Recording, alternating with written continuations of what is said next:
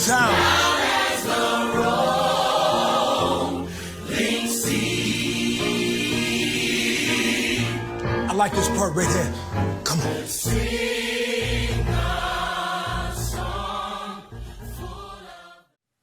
Now at long last have come to the place of knowing that Christ is all. That's it. That's it. That's the bottom line. Christ is all. It's not Robert's rule. It is not our Constitution or bylaws. Christ is all. It's not our PhDs and all of the degrees that we may accomplish, but it's now Christ is all. There is no other substitute. There is no other means of getting this thing done. It's Christ is all. I wish I had a praying crowd here this morning. You know, it don't have nothing to do with your testimony and my testimony, my longevity in the church, yours. What Christ is all. That's all it is to it. There's no way around it. Christ is all. And this is where we stand. It's urgent now that we begin to teach and preach Christ is all. There is nothing else besides him. There is nothing else but him. Christ is all. That's it. And you don't need us. No need of us trying to fix it up. Christ is all. That's what Paul said when he wrote in Ephesians 1:23 that Christ is our all in all. Would you look at somebody and tell them that Christ is all? Yeah, I don't know what you're going through or how you're going to try to fix it, but Christ is all. I don't know who's telling you what and what is telling you, but Christ is all. He is our healer, our tree of life. He's ministered to the poor and the needy, and he's comfort in times of distress and pain. He is the only one in this whole universe who can keep us and keep our souls from a devil's hell. He is all that can help us, and he is all that we need. And it is urgent that we understand that we need him, and we need him now in our all and all. Money can't help us. Friends can't help us. Power can't help us. Only thing help that we have is Christ now. And our prayer ought to be, Father, I stretch my hands to thee. No other help I know. And if you withdraw yourself from us, tell me, where shall we go? Christ is all. Welcome to a conversation with history. A conversation with Bishop Earl Ross, the pastor of the New Smyrna Church in Washington, D.C., and also the second vice president of Washington Baptist Theological Seminary. We appreciate each of you joining us, and we are just blessed to have such a man among us. Let me just say first of all to you, Bishop, that we want to thank you. We want to thank you from the Baptist community at large, because you have been a steady fixture, a very steady fixture in the Baptist community for decades, even long before I entered ministry. And I want to particularly thank you for all that you do for the Washington Baptist Theological Seminary. We all know that you were selected as our second vice president on last year, You're one of our major contributors and a key component to everything that we're doing at the school. So on behalf of our chairman of trustees, Amazon Harper, and the entire Washington Baptist Theological Seminary family, let me just thank you for all you do. And I want you to know that I personally appreciate all that you do and have done and what you mean to our blessed institution. Okay, one of the reasons why I wanted to have this conversation with Bishop Ross is that he probably more than anyone that I know at this present time has an understanding of the history of our school. He goes back much further than I. In fact, as a young man, I looked up to persons like Bishop Ross as a young minister. And so we wanted to just have this conversation so he can share with us the history as he probably more than any other person that I know knows it. And so therefore we want to kind of get a sense of his ministry. And so Bishop, would you just share with us what you remember in terms of the atmosphere of Washington metropolitan area and the vicinity when you were called to the ministry? What was it like? Oh, first of all, thank you, Brother McCoy and Brother Winbish for allowing me this opportunity. I think that before we start talking about or isolating our conversation with just the church part of Washington, I think we better sort of bring in the whole city, the atmosphere that was in the whole city of Washington, D.C., especially back in when I first came into the ministry. Washington, D.C. was a wide open town. It was a wide open town. If you couldn't make it in Washington, you didn't have any ability to make it at all. There was always some way to make a dollar. I mean, even from being a child into adulthood, you could find a way to make a dollar. Yeah, you hustled rags, papers, soda bottles, wire, whatever, to make a living. And I mean, you could make a living. One of the reasons why I think you could make a living, because even though Washington was a wide open town, we stayed in our area.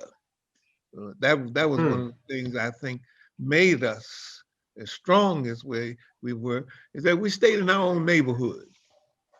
We stayed to ourselves, and you knew what areas the colored folk lived in, and all the colored folks stayed in their area, and they worked in their area. They socialized in their area, and they had ways of getting a dollar from sun up to sundown. So I think the atmosphere, when we start talking about the atmosphere, I think we better take in the whole of the city, both in church and out of church. And one of the things that I think that we gonna have to really look at was that the fact that Washington, D.C. was a wide open town, everybody could make a dollar, and everybody respected other people's property, or everybody respected your way of life. Your way of life. If you was a drug dealer, you stayed with the drug dealers. If you was a bootlegger, you stayed with the bootleggers. You know, whatever your hustle was, you stayed in your community, and you did not cross the lines. And we all had some respect for whatever somebody else was doing. You didn't disrespect other people's line of work. And so that Bishop Ross, I can't help but interject. It is all right, McCoy. I just can't help it. So you were once a colored man. Absolutely, I was a colored. That's what we were. We were colored. Yes, sir. That was before we became black or anything else. We was colored. Yes. Okay. That's it. Just wanted to plug that in because somebody may be looking at this Mm-hmm. that had no idea. What you mean a colored man? Oh, yes. We coloreds stuck together. Mm. That's it. We did not. We did not fool around going into the white neighborhood. People didn't realize that you go down Florida Avenue as far as Bay Street, and Bay Street was all white. Is That was, that right? yeah, Bay Street was all white, and then it became colored. But Mm. that's what Bay Street, North Capitol Street, all those streets on one side was color or was white, and then on the other side, Pierce Street, Hanover Street, Clix's Alley, all those places was where the colored folk lived, and they made a living in them places. If it was numbers, wrote numbers. Everybody had a number book. So You numbers were not always playing the lottery was not always legal. that wasn't lottery that you had know as you know it now was not the thing. One back in the days when colored folk first got hold of it was the numbers, and Ah. you could play a 2 cent number, you could play a penny number. You know, you had single action, and that was first, second, and third number. Uh, they had all kinds of ways of making a dollar. You had bootleg joints, after hour joints, and things like they had rent parties. Can I really go into some of the Sure. depth of things? Yeah, they had rent parties. If your rent was due, you had a party, and you sold half pints, chicken sandwiches, fish sandwiches, and possibly maybe a ham sandwich. Then you had chitlins and pig feet. All those things they sold to help people pay their rent. Mm. And I was saying to my wife this recently. We were talking about somebody was getting and buying a house or something. I remember that when what houses the people asked how many people were going to live in that house, and we had 2 bedroom. They have 2 and 3 bedroom houses, but back in them days, 5 of us was in one room. They had Ah, rooming my. houses. Uh, and I can't understand now why you have so much trouble with folk living with 4 and 5 people living in one house when we had 4 and 5 people that sleeping in one room. My, my. So And would you say, Bishop Ross, as you talk about how things were as a community of colored people, were we more together then than we are today? absolutely, absolutely. When they came up here from the south, they they stayed in Aunt Jenny's house, or they had rooming houses. But you didn't. When I know that when my cousins and them came up here, uh, they had stayed in rooming houses, but they ate at my grandmother's house. Mm.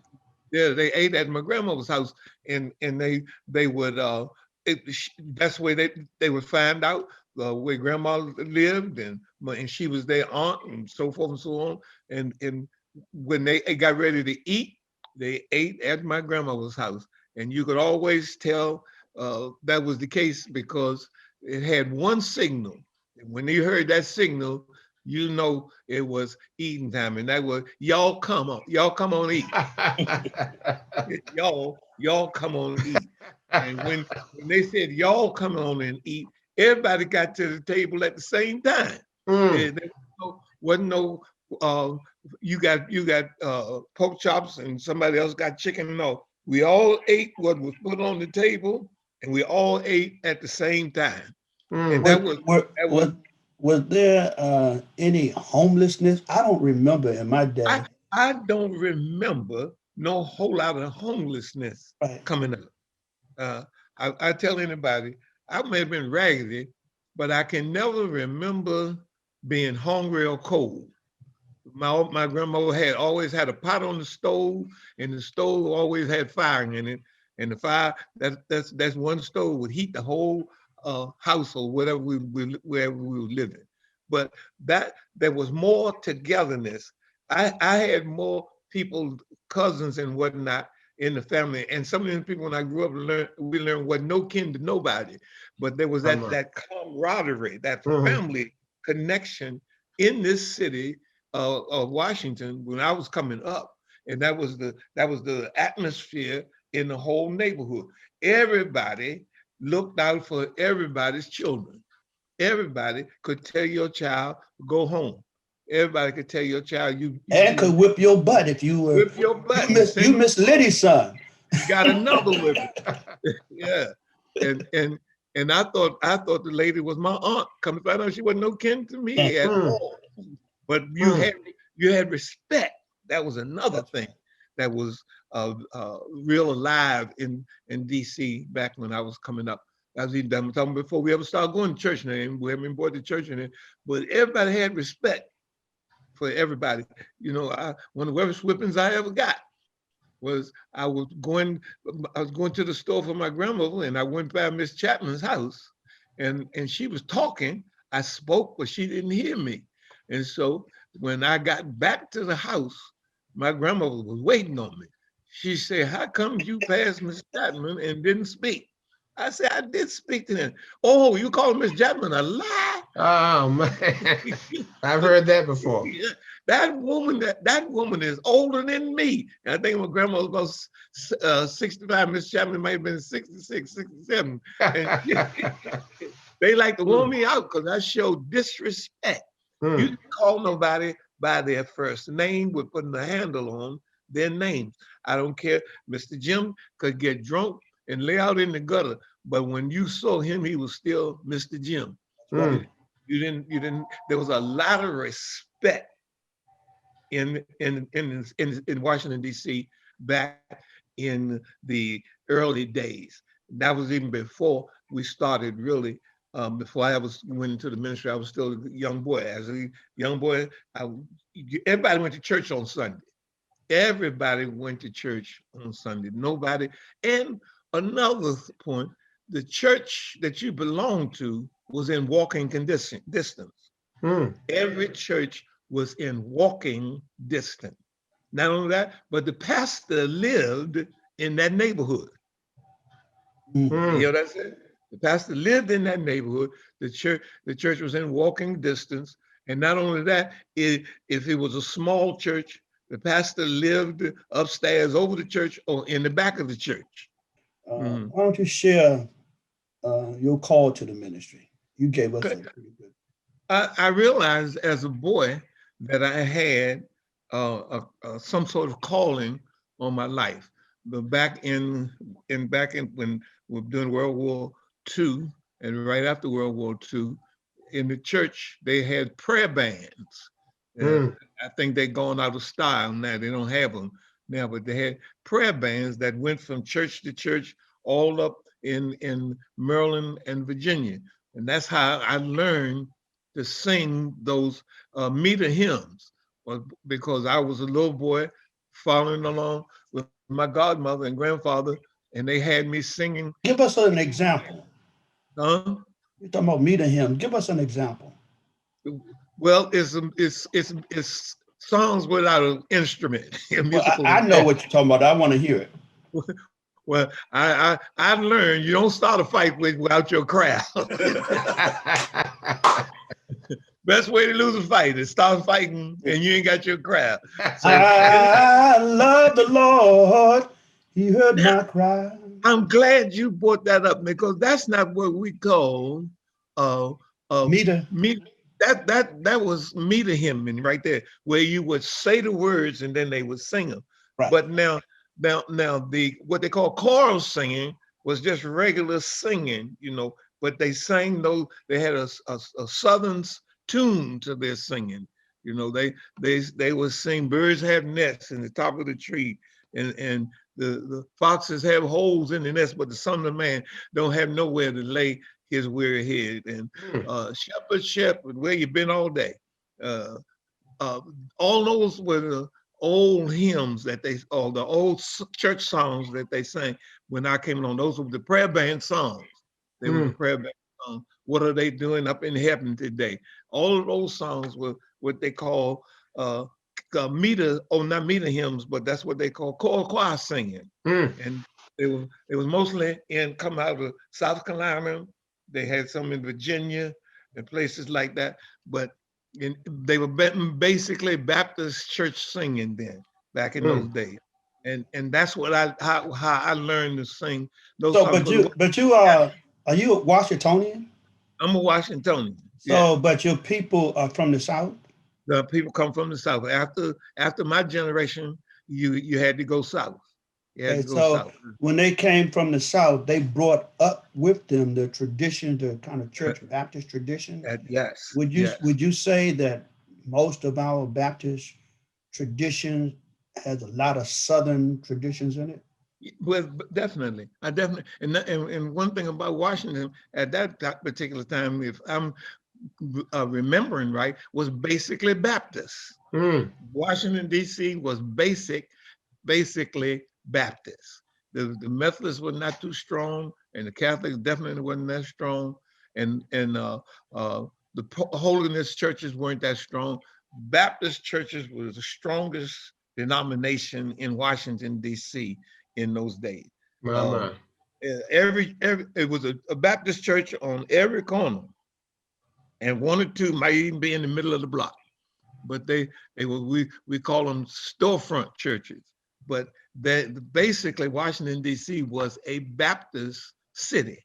Now but every Baptist pastor got to Washington by the say-so of somebody who was already in Washington. Dr. Fowler and them, when they would get a word that somebody was coming to D.C. when pastor at church, what they would do is call back down south to find out what kind of preacher he was and his reputation, etc. But they all basically came from South Carolina, North Carolina, Virginia. That was without professional resumes. Yes, that's where they came. They came up. They didn't have resumes. Word of mouth. Word of mouth. They got to Washington. See, that's the way it was back when I. But what about your calling? What about your calling? My calling, as I said before, started out saying before, I always knew that I had a calling of some sort on my life. I knew that the Lord had touched my life, and in those days we were taught. That's one of the things that we're missing in our society today. Those old folk taught us about the Lord. They taught us, first of all, to fear the Lord. And there's no fear of God now. But in those days, they taught us to fear him and respect him and to worship him in spirit and in truth. You didn't go by no church and cuss. You hear me? When you took your hat off in the church, you had respect for the church and for church-going people. And we don't have that. We've lost that now in our society today.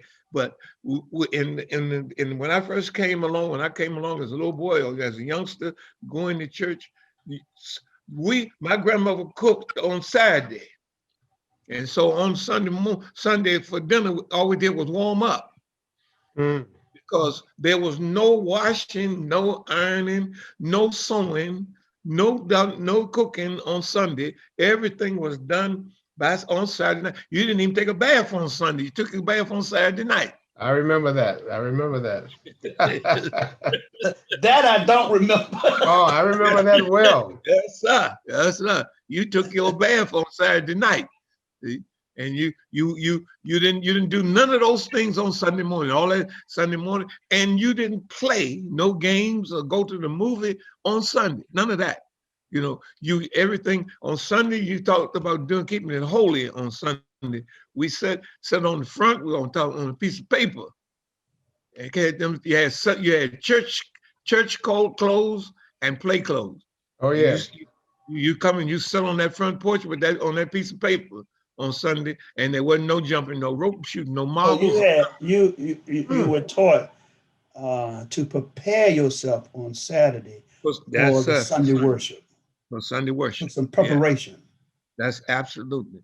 And you learn You learn the 23rd Psalm. You learn the Lord's Prayer, and those things were not only instilled in you and in at home and in church, but it was also instilled in you in church in school.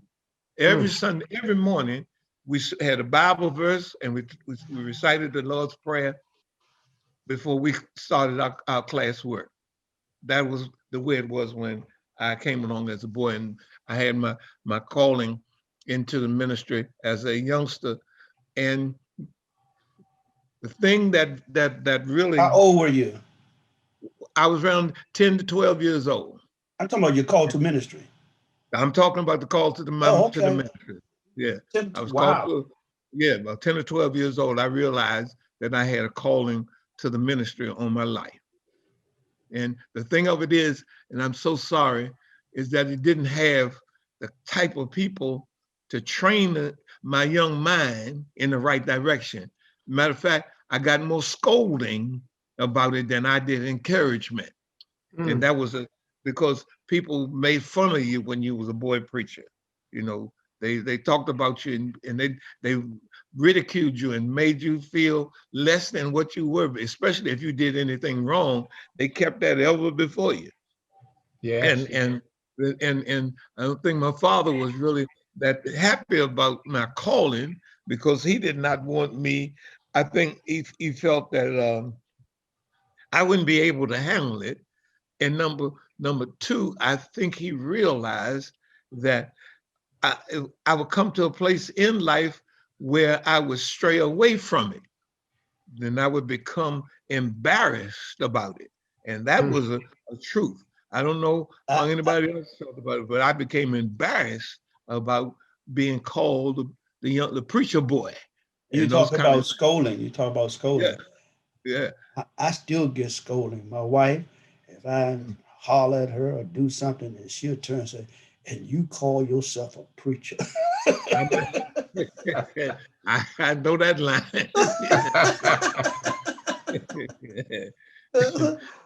So, I so, got, so, what brought you to the? How did your pastor recommend the Washington Baptist Seminary, or did you just? actually, believe it or not, I got more bad reports about the Washington Baptist Seminary than I did good. Really? Yes, that was the thing. People that when they found out as a young boy, young preacher boy, that I was interested in going into the ministry, they they told me, you don't want to go down there to that Washington Baptist Seminary. You know, uh, he's not going to get the kind of training that he needs at that Washington Baptist Seminary. I got more negative comments about the Washington Baptist Seminary than I did positive. I Why do didn't you think even that is? to this day, I don't know what was the reason for them giving those negative reports. I have no idea, but that was the way it went. I got negative reports.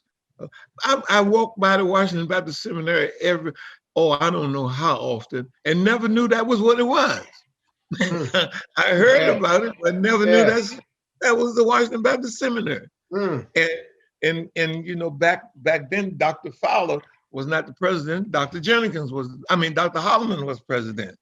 And so, you know, so there were some negative thoughts or said about Dr. Holloman. You know, he was he was a lecturer, and he wasn't a preacher. You know, he wasn't a hooper or nothing like that. He was a lecturer.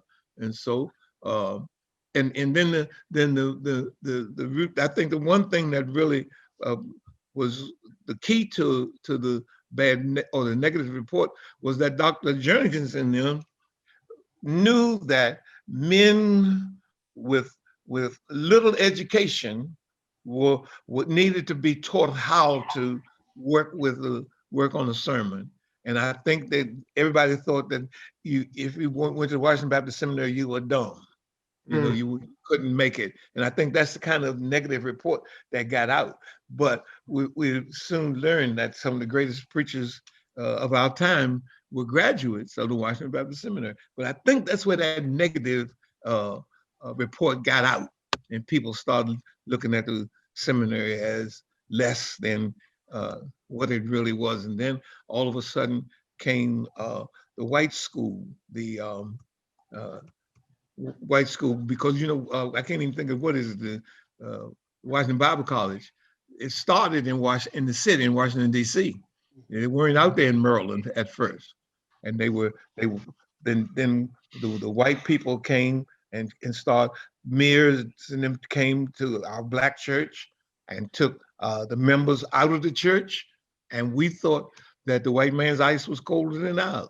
And so a lot of our members, especially out of the Pentecostal church, they took a lot of people out of the Pentecostal church, Church of God in Christ, Bible Way. Those churches, they took a lot of people out of it, and they grew their church off of black folk, and black people thought that that was it. If you were a member of that white move that came through Washington D.C. back when I first went into the ministry. If that answers your question or got anywhere near the answer you were looking for. Yes. Well, were you called to the pastorate before you attended, or you attended and then? No, I was attending the Washington Baptist Seminary long before I ever thought about pastoring. I thought I was going to be an evangelist. I used to like the field of being an evangelist.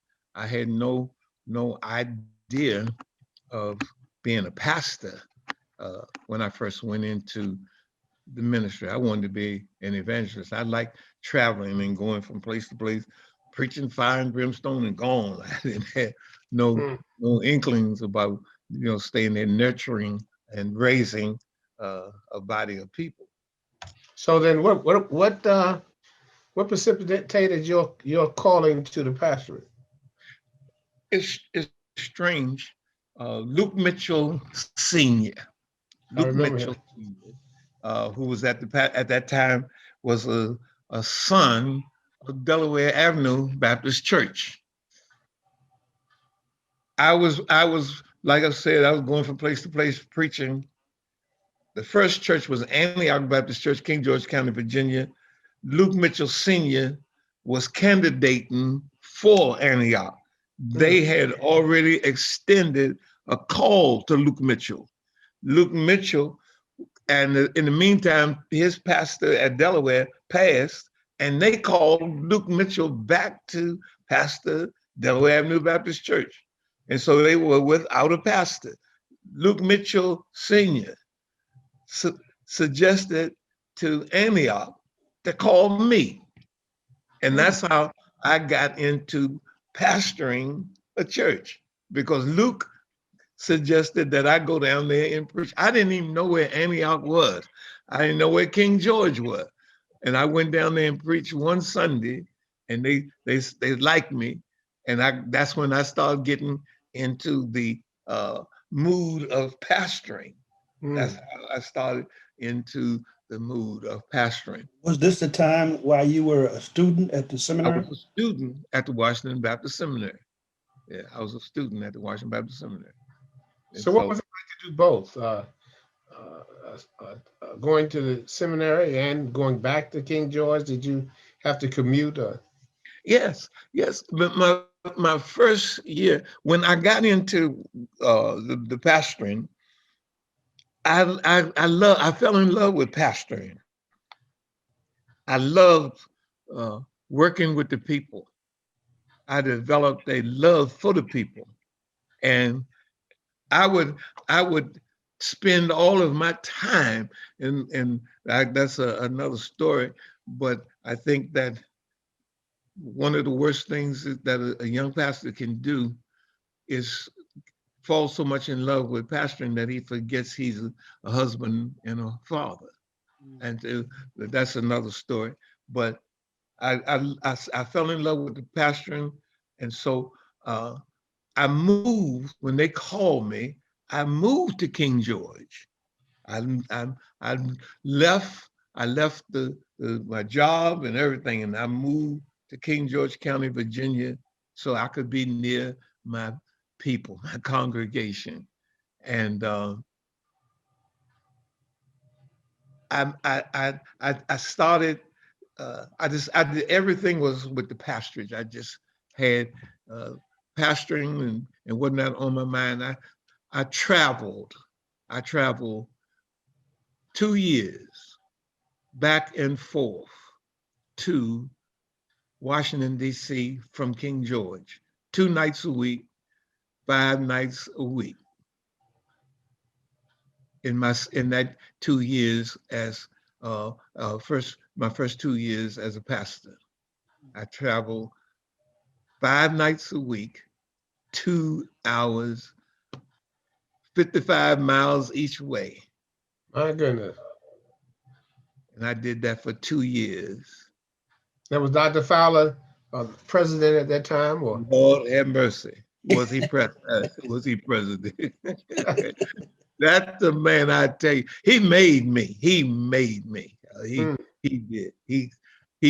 He didn't care enough about the fact that I had to go down that highway and back up that highway every night. He didn't care enough about it. He would keep us there till 10 o'clock at night. And on my way out the door, he said, "Boy, be careful going down that road."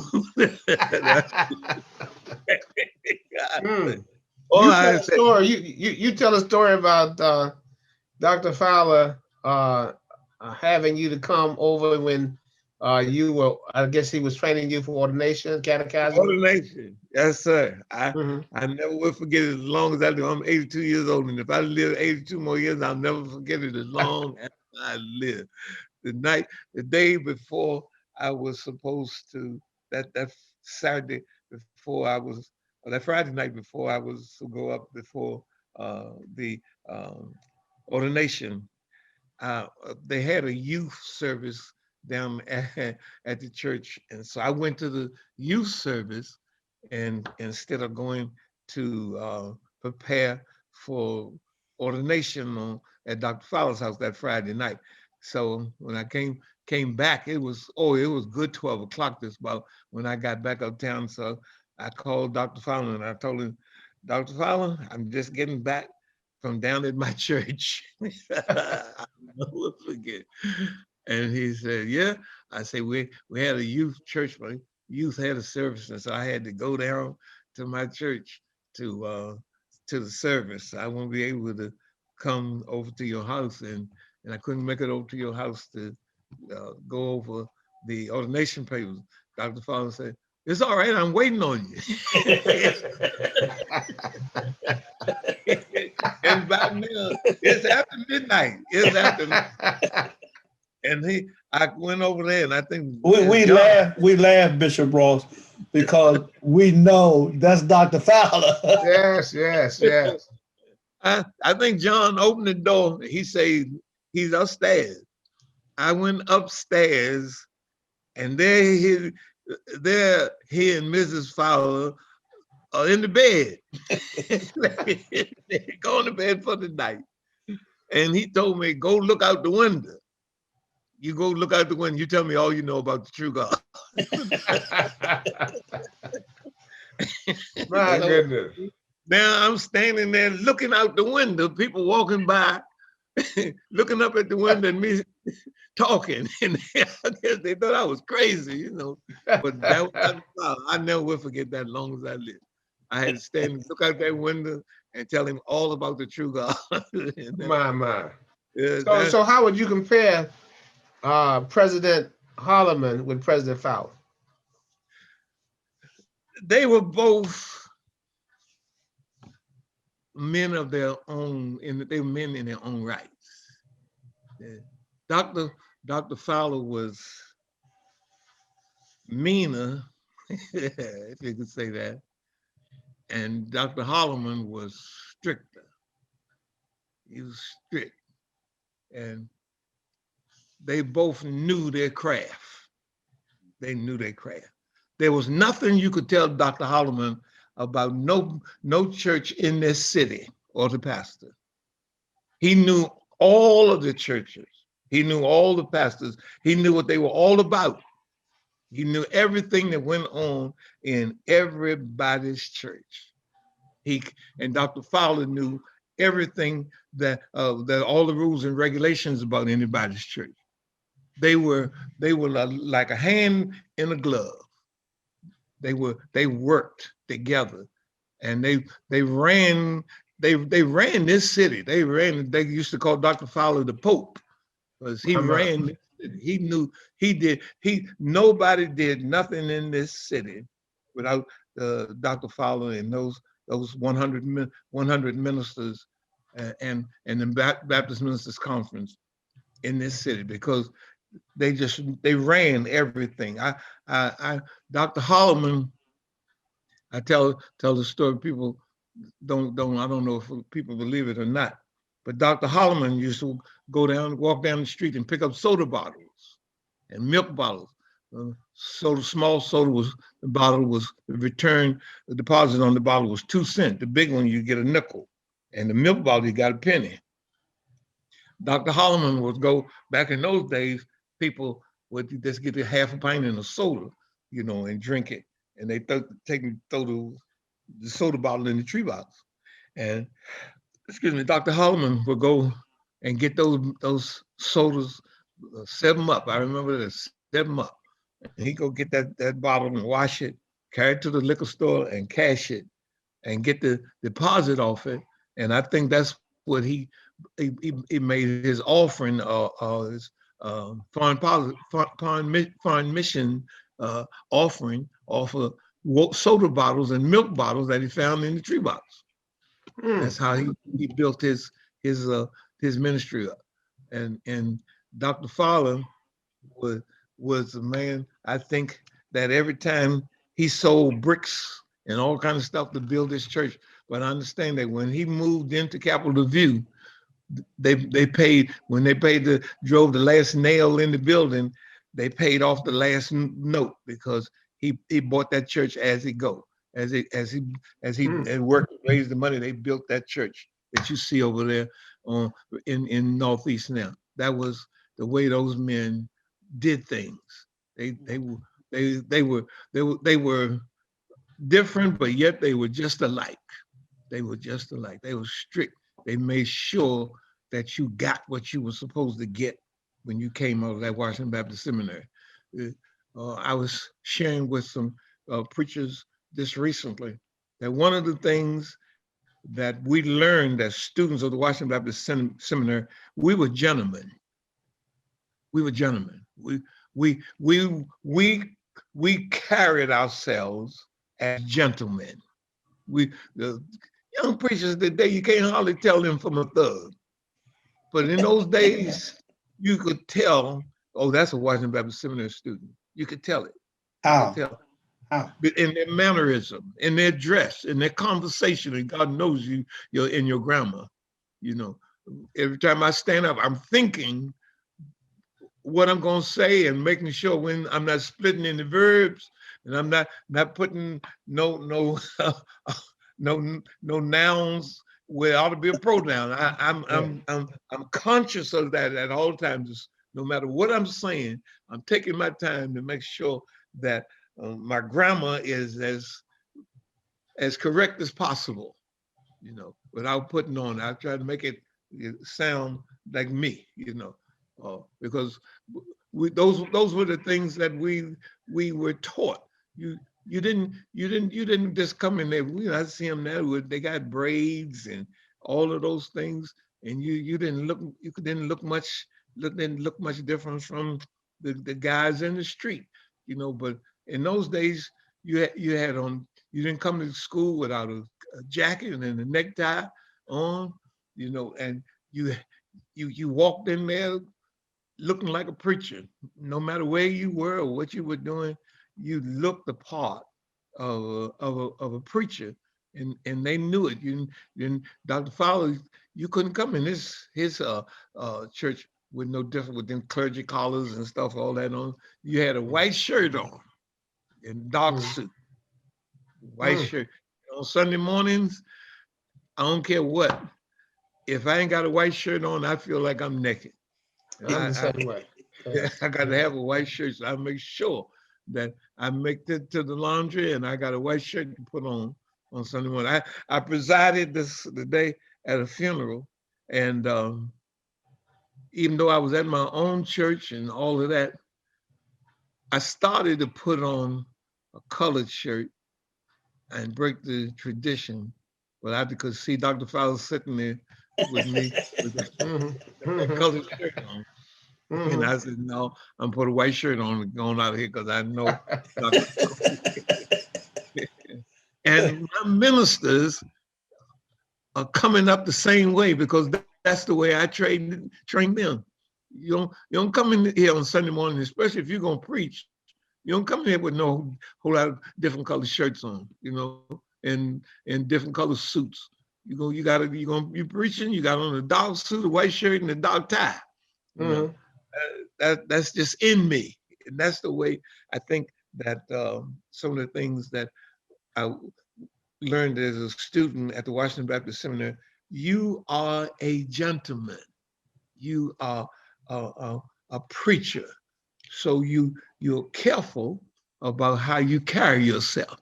You don't carry on like somebody in the world. And some of the things that I hear young preachers using their subjects and in their messages or the conversations and the words that they use.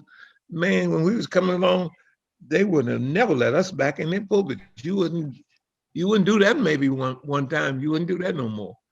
But it is not much dignity, if I can say, amongst the preachers, the young preachers in Washington, D.C. now. And I think a lot of it is because of the preachers that we have let come into the city.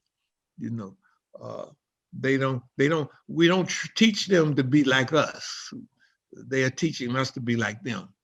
And it's strange that you say that, because even as I sit listening to you, it is almost like listening to Dr. Fowler. Your mannerism, your phraseology, it's almost like listening to Dr. Fowler. What do you think, Brother Wimbish? Can you agree? Or? Well, I was just, while Bishop Ross was talking about decorum and particularly dress, I was wondering, you being an instructor and a professor at the Washington Baptist Theological Seminary now, does this, what are you saying to them? You see the trend changing a lot, probably. And how do you feel about it? I know you've already said how you feel about some of it, but do you see this going back to this type of, you used the terminology or the word gentleman. Do you see the church and the preachers and the pastors going back to that, or everything has changed? I think that for them to realize how bad we need this, and in order for them to be effective, they're going to have to go back to some of this. I got a young man in one of my classes, good preacher, but he got dreads. And I done made little underhanded remarks to him 2 or 3 times about his dreads, And but he always reminds me that his pastor has dreads. It's hard for me to work around that. But I told him several times that people will lie to you. They'll tell you ain't nothing wrong with it to your face, but when they get behind your back, they'll say, no, I don't want to call that guy to be our pastor because he's still wearing them dreads and stuff like that. Or they don't dress like they ought to dress. We people at the Washington Baptist Seminary set a standard. Dr. Fowler said, don't you take your coat off until the instructor take his coat off. And if there's 155 degrees in the classroom, as long as the professor still got his coat on, you better keep your coat on. You better keep your necktie on. See, guy come in our class one time, didn't have no necktie on. Dr. Fowler sent him back out. Yeah. Get the necktie. Yeah. You get a jacket and put it on. You ain't at no bar. You in the Washington Baptist Seminary, people see you coming in and coming out, and you got on, all kind of stuff like the world got on. What they gonna think of the school? And that's I every now and then I stop the class and I go over these things, of the way you dress, your fingernails clean, your teeth clean, your I tell the women, get that kitchen straightened out, get them seams in your stockings straight, put some polish on your heels of your shoes, look look presentable, because when you standing up there talking, all the people are looking at you, and they're looking at what you got on. They're looking at how well you take care of your teeth and your mouth and all of that. You standing up there talking, and you got 3 teeth and 2 of them ain't good. That's bad. You're supposed to be God's mouthpiece and representative, and you looking worse than anybody else. Late Robert Harrison used to say, if a man ain't got but 2 teeth, they look better if they together. That was his.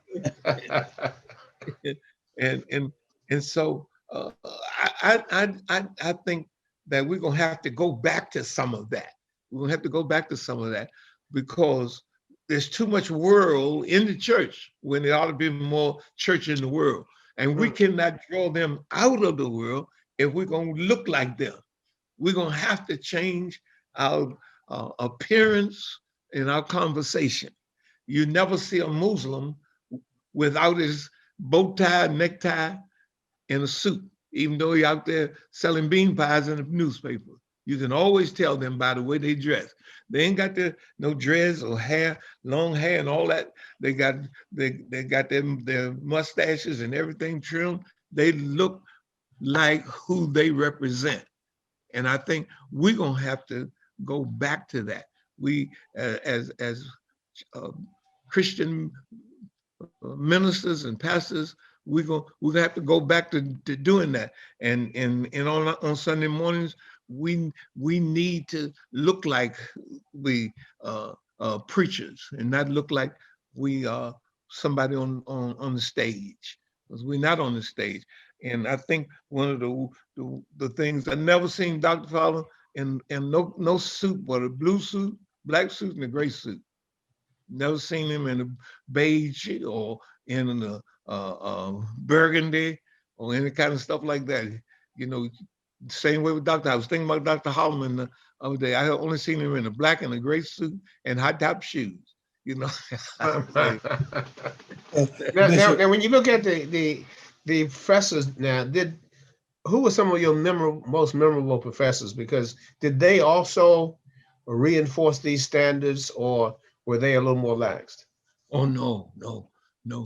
Dr. Pace Dr. Pace always had on a dark suit and a white shirt. I never seen him with a color shirt on. Dr. Mackley always had on a gray suit, black suit, whatever, white shirt, and the same way with Charles Green and all those teachers that were teaching there at the Washington Baptist Seminary.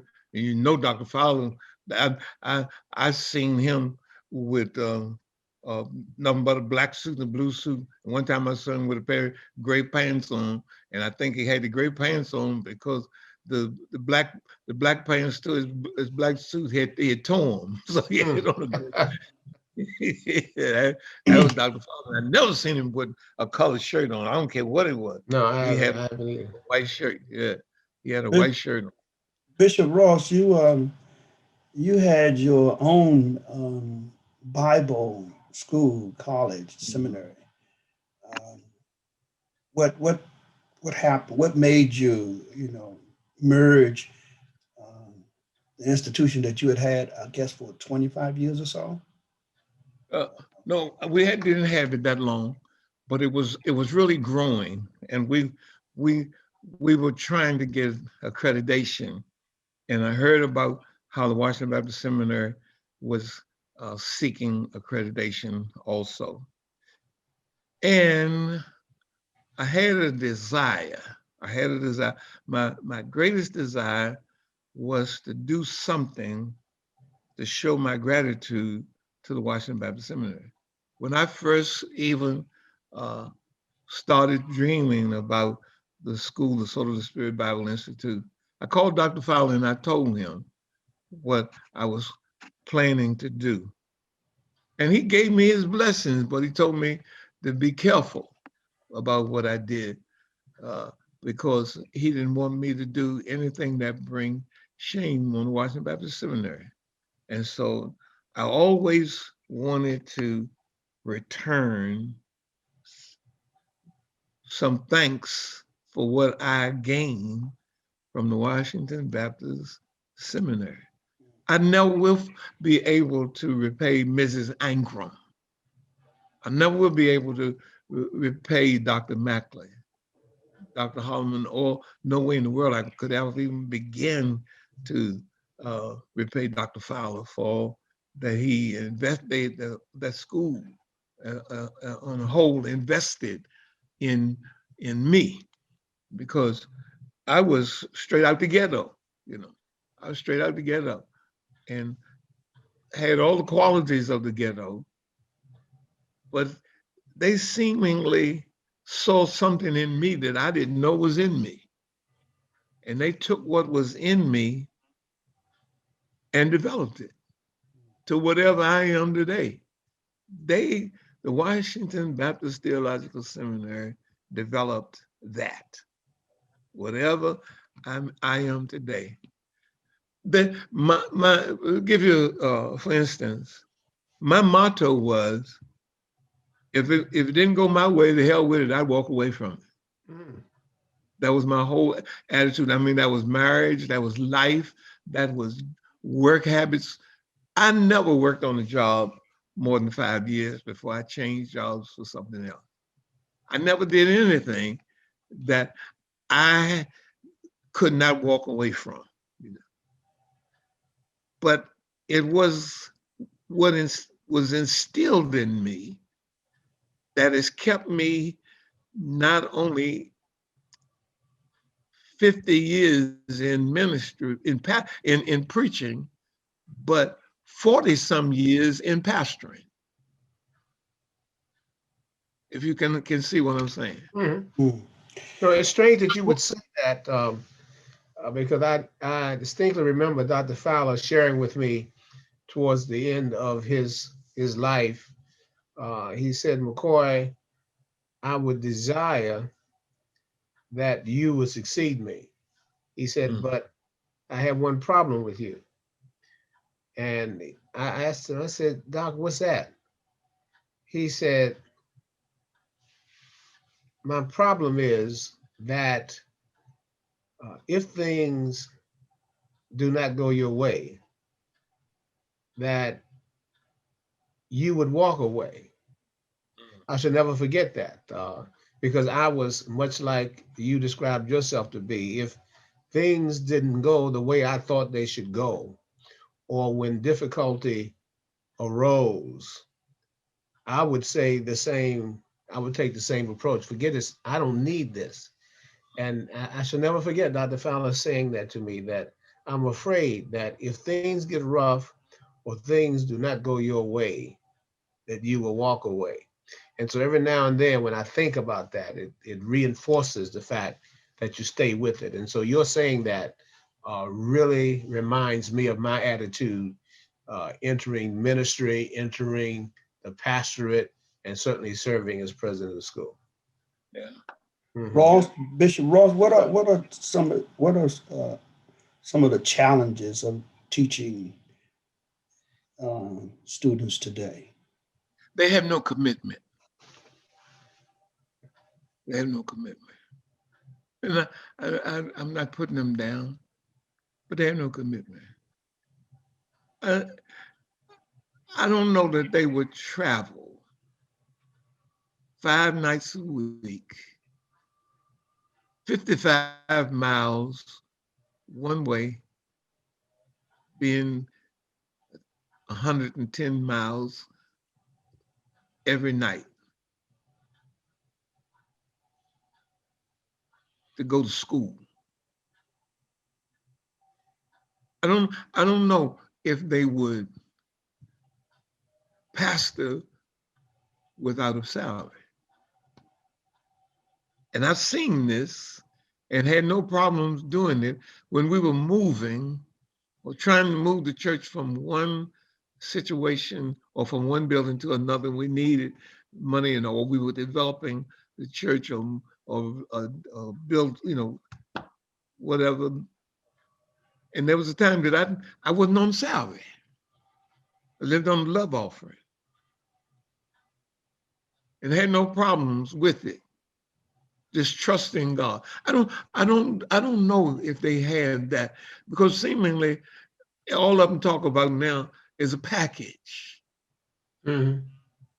When all I had was a pack. My mind. A group of elderly people on fixed income that helped pay my rent. Mm. Yes, yes. So Yeah. without commitment, you don't think that they would last, or they would not do They it? wouldn't last. They wouldn't last. But you as you were sharing with us, um, it sounds, I may be mistaken, but it sounds like you had issues with commitments at a time where you wouldn't stay on jobs. Yes. Yeah. So what changed? What That's happened? what the Washington Baptist Seminary instilled in me. That's what changed me. That's what changed me.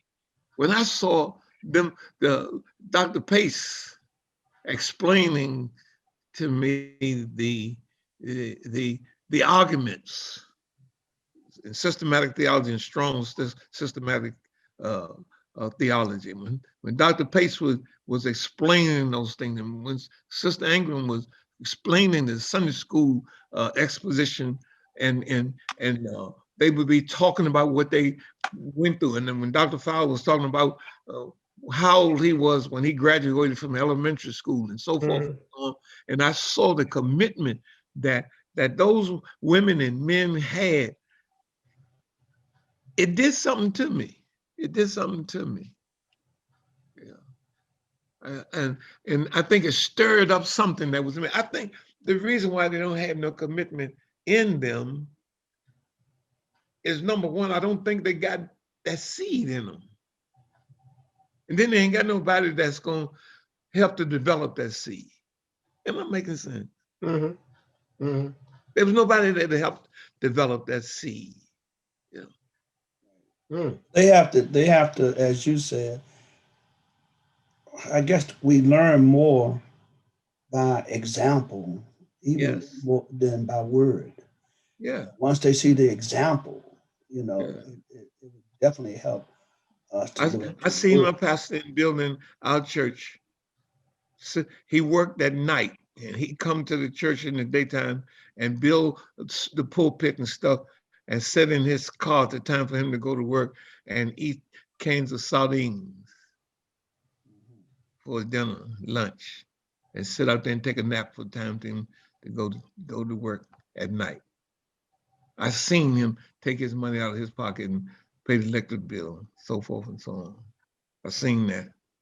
That was a commitment. A That was while commitment. back, you mentioned that it was your propensity to give uh, too much to the church. You said at the expense of your family, your children. Is there such a thing as being too committed in your mind?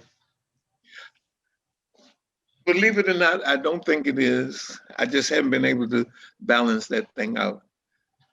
But because I tell you why, because I found out that the more you give to God, the more He gives back to you. Mm-hmm. And so I don't think that you can ever give more to the church than you can to your family. And that's just me. That's just me. Mm-hmm. But I know the teaching is that you have to invest in your family Yeah. and so forth. But I realized, and I paid some terrible prices for Mhm. that thinking. You know, Mhm. You seem to have indicated when you were talking about this a little earlier.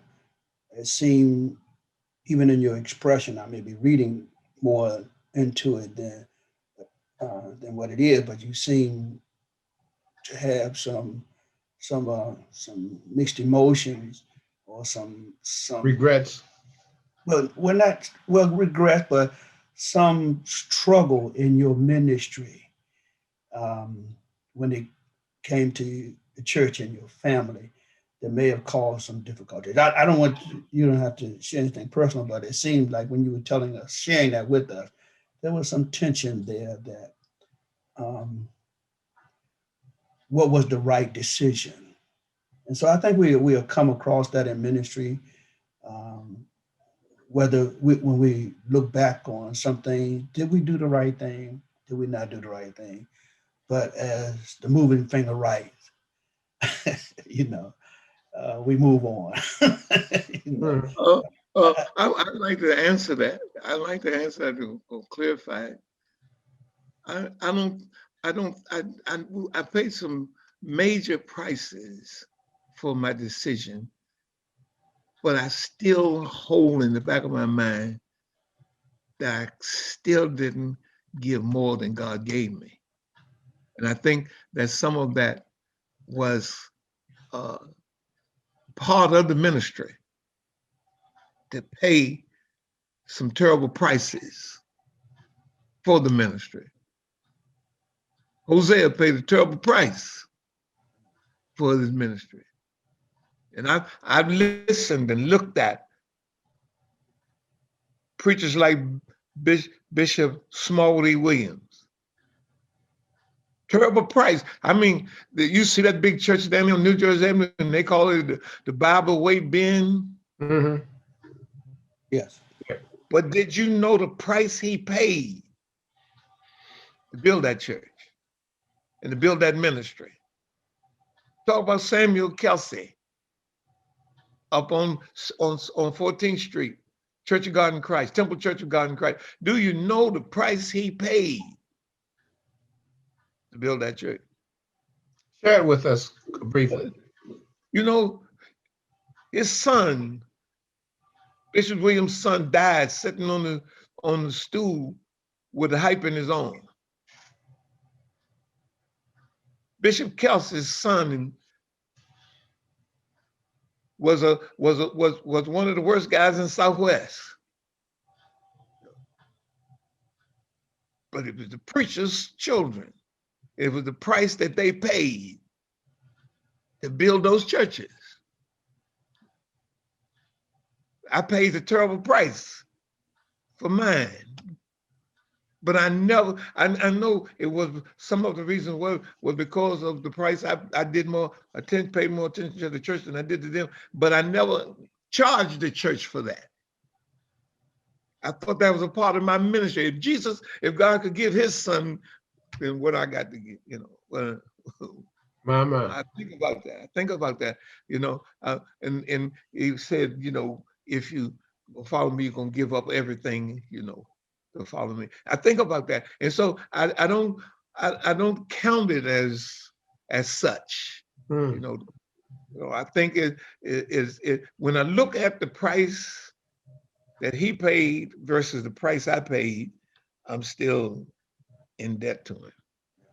There's always some tension in the scripture when it comes to various things, family and church. We know what the scripture says. If you can't take care of your family, you certainly can't take care of the church. And then on the other hand, Jesus said, if you love something more than me, you're not even worthy to follow me. There's some tension that Yeah. we all have to deal with on an individual level. I think we better get down to the last question or so. Okay, go ahead, Brother Williams. Um, um, so what are what are the challenges of the Washington Baptist Theological Seminary? What are the challenges that we face in the future? Well, I haven't been on staff long enough really to be a good judge of that, but I don't think that the staff per se um, challenge the students enough. And I think Why do you think that? I mean, why do you? What are some of the factors and stuff that we're not that you know the staff, the faculty is not challenging the students? Because I know I know what you said, what you've been saying, and some of us, Dr. McCoy and I, we know that we were challenged when sitting yeah, under Dr. Fowler, Dr. Miles. Dr. Miles said, "This is the most dumbest class that Yeah, yeah, yeah. and we were definitely challenged. And I don't think that those instructors, those professors, when I was in school in '81, I had any pullback. They challenged us and they pushed us. yeah. So you don't think that's happening today? You know, I'm, and like I said it from the outset, I haven't been on the staff long enough to see, but the students don't seem to be pushed about their uh, tardiness and about their attendance and about their assignments. We we we we let them get by too much with stuff. That's just my thinking. Why do you think we let them get by? I mean, are we afraid of pushing them away or offending them or some kind And of you way? know that's a good. You may have hit the nail right on the head. I, I think we may be uh, a little afraid of losing them, while all the time we are losing them because we're not challenging them enough to get what we really have to offer them. I think I went to the Washington Bible College. I went to Richmond, Virginia Seminary, and none of those schools, in my opinion, come anywhere near what you get at the Washington Bible Seminary. I really don't. I don't think they get anywhere near you. You go. You remember you went to Dr. Fowler, went to English, and every night, any night you come in there, take out two clean sheets of paper, put your notebooks under the put He them made us in take out 3. Yeah. any night, and you learn that a noun is a name of anything. Oh yes. Oh yes. You know what? When you say that, the hardest thing that I remember Dr. Fowler asking us to do was to write down our philosophy of life. Hmm. Because every time we wrote down something, this is something you do. This is not a philosophy. And Yeah. he made us go back. Mhm. He made us go back and write it over until we understood. You got it. The stuff that I'm teaching and preaching and pastoring with is all stuff I got at the Washington Baptist Seminary. I agree. It's I all know stuff I got that at the I know too, Bishop Ross, that I'm Washington Baptist Seminary is the first seminary. It's my foundation, my theological foundation, not just theological foundation, but a character kind of foundation. Yes, yes, yeah. Look at these guys and say, wow, they and with Dr. Fowler, I mean, with 2 crutches. Mhm. We didn't have any excuse not to come to Yeah, school with Yes. 2 crutches. Well, we just didn't have any, we couldn't think of any reason that we. Dr. Fowler said the only reason you miss class go to a funeral if it's yours. It was your funeral. The only reason you didn't come to class it was your funeral. Yeah. Yeah. Well, But that Dr. McCoy, what do you say? You want to wrap this up? Now, I wanted to just ask you to, if you would look into the camera and speak to the students as to how to be successful in ministry, in your opinion. You've been very successful in ministry. You're well known throughout the Washington metropolitan area. You are bishop in that so many pastors consider you as their pastor. And so what do you think it takes for young men today, young men and women, to succeed in ministry? One word: commitment. Commitment. In my opinion, I am the dumbest, if not one of the dumbest, in the whole city of Washington, D.C. And I don't count myself as having been successful. Because when I look at my ministry and what I had, where I am now, I count myself a failure. I do. Why?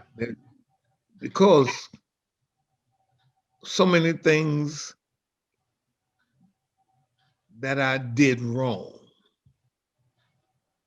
not made mistakes, did wrong. I think there's a difference in making a mistake and just doing wrong. When you do something and you know it's wrong, that's not a mistake, in my opinion. Mhm. You did wrong, you did wrong. There was no mistake about it. You knew you was going in the wrong direction. You did the wrong thing, and it was wrong. And so I have robbed so many generations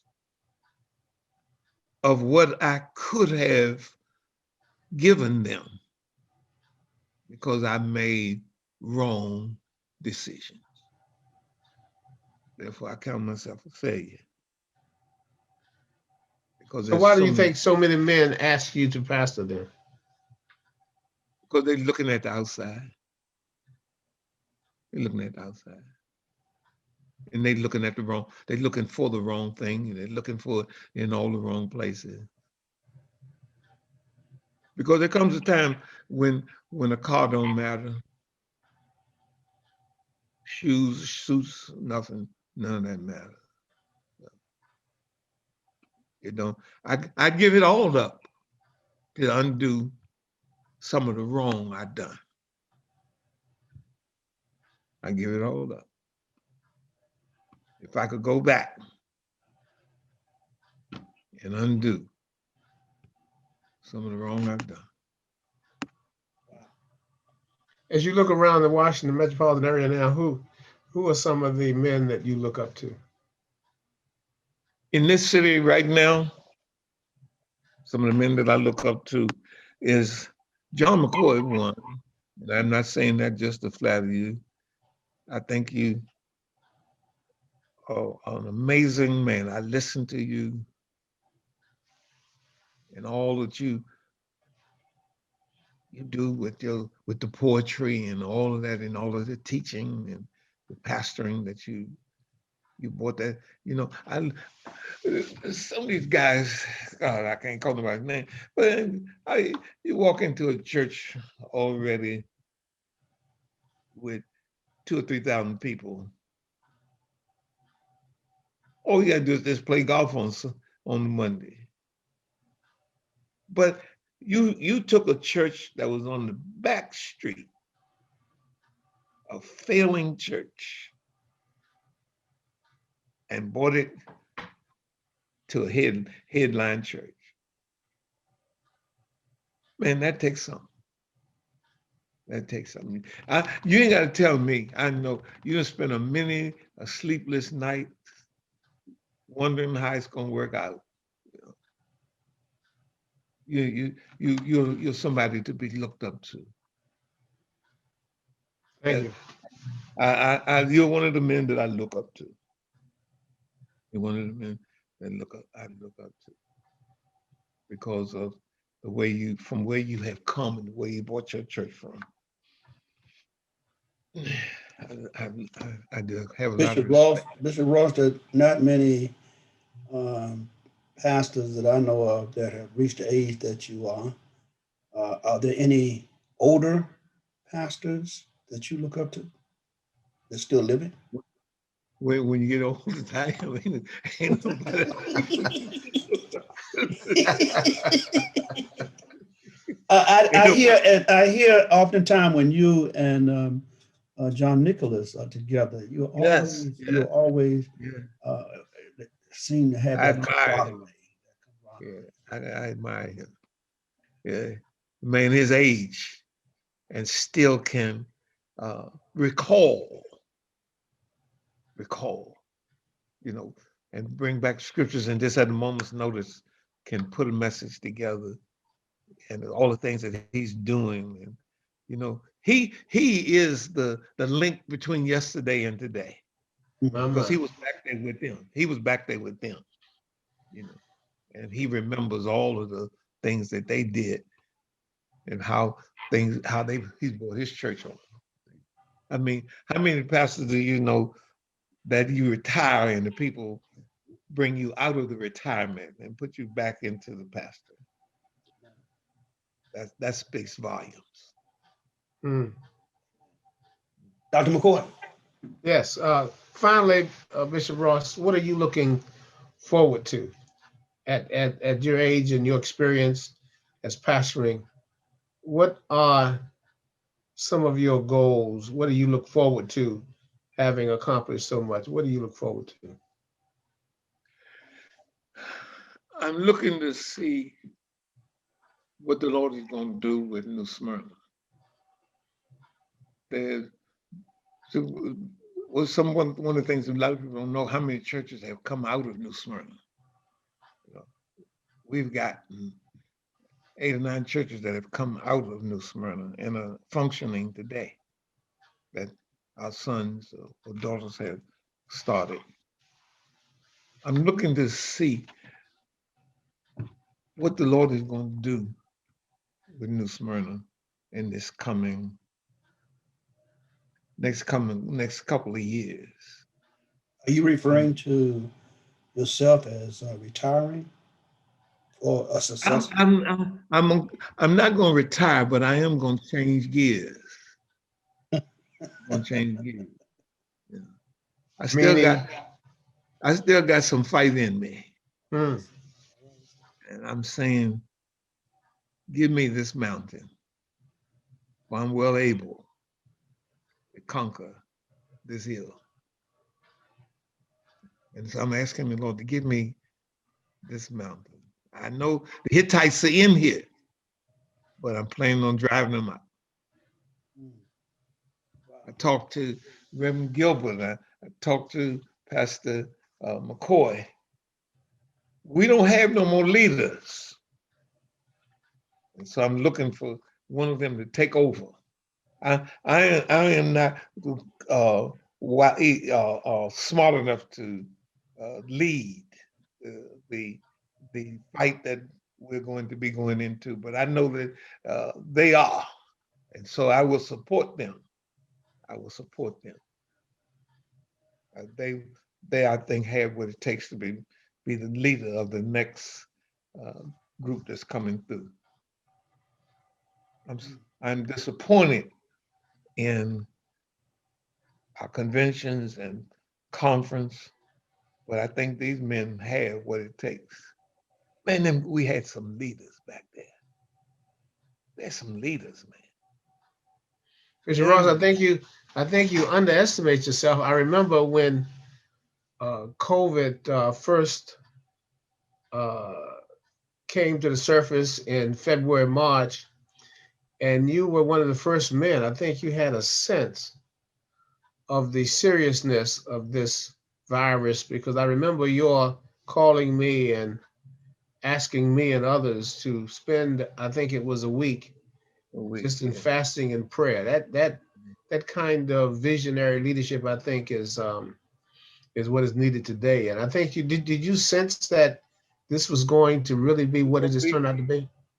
when I ran for president of the conference, the Lord had already put that in my mind that we were heading for a terrible time.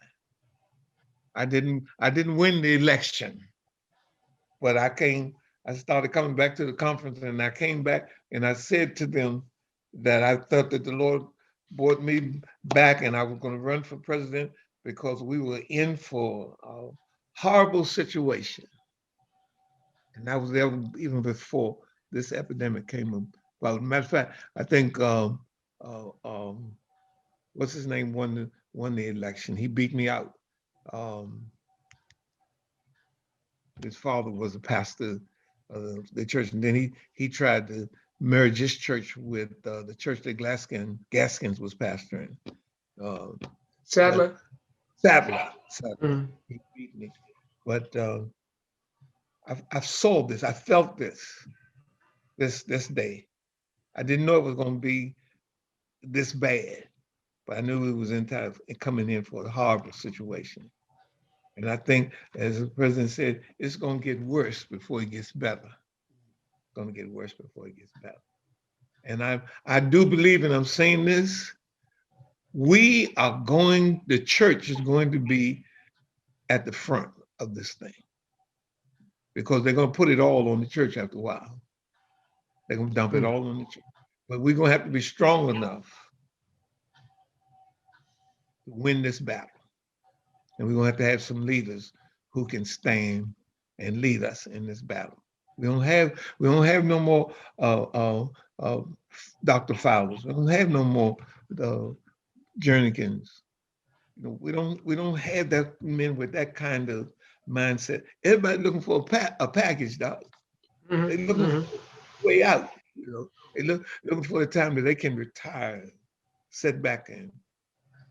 But the time's gonna come in when you ain't gonna have no money. Won't be no money. Won't be no packages. Well, I think we've come to the end of our time here, Dr. McCoy. All right. I certainly, Bishop Ross, I certainly appreciate who you are, the kind of person that you are. I appreciate your helping our school, the support that you've given me, and of course, Washington Baptist Seminary. And I'm certainly going to be praying for you. In fact, I'm going to ask Brother Wimbish to just lead us in a word of prayer, because I think you would need it at such a time as this. I think you're one of those men that I look up to as well, and I appreciate all that you've done. And so I'm going to ask Brother Wimbish, who has been our partner in this conversation, and we're looking forward to downloading this conversation or uploading it and allowing the students to view it.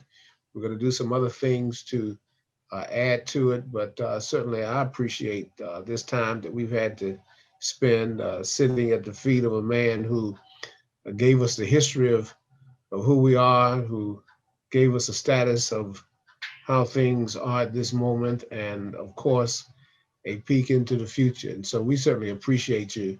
And so let's have a word of prayer, Brother Wimbish, and please pray that God continues to keep Bishop safe and among us.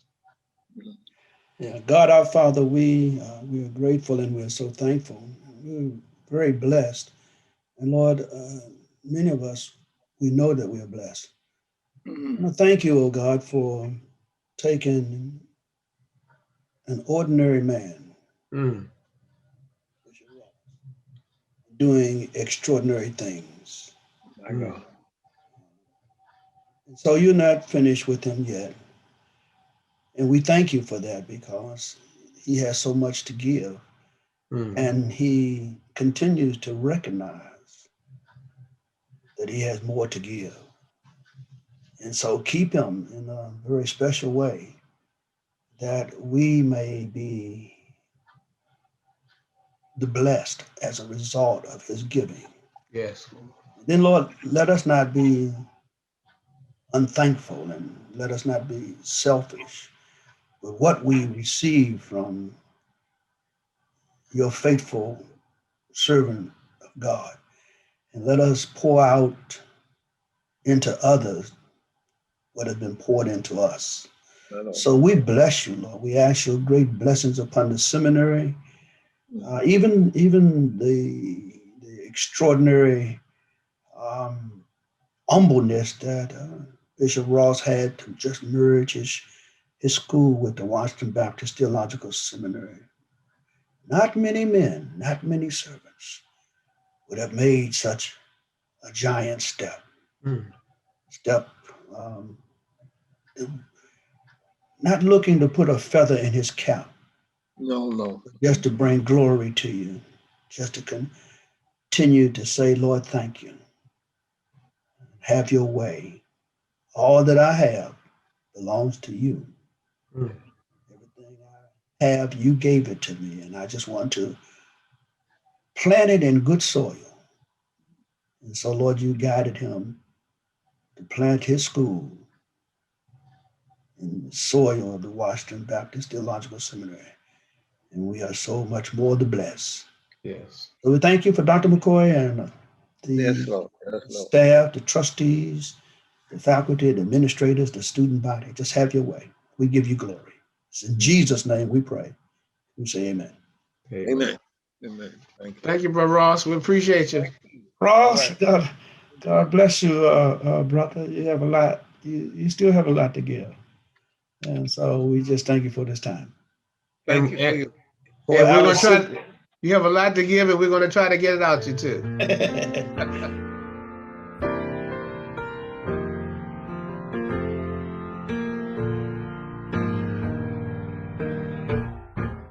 Lift every voice and sing till earth and heaven ring.